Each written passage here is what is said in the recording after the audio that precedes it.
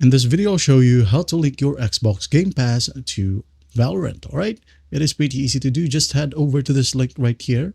Go to account.riotgames.com/Xbox-Game-Pass. Alright, hit enter.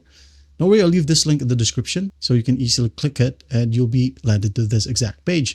And as you can see here, you're logged into your Riot account as this username right here. Now, if this is not the username or account that you would like to connect your Xbox Game Pass, just go ahead and click on this one right here, not you.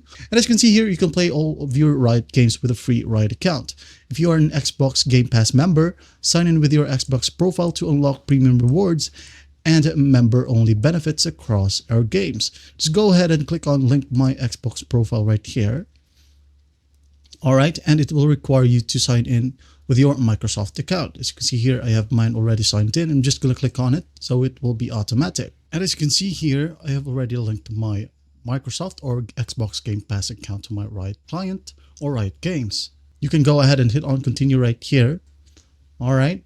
And after that, your Valorant account will be linked to Xbox Game Pass. And that's basically how you do it. Well, I hope this video helps and I'll see you in the next one.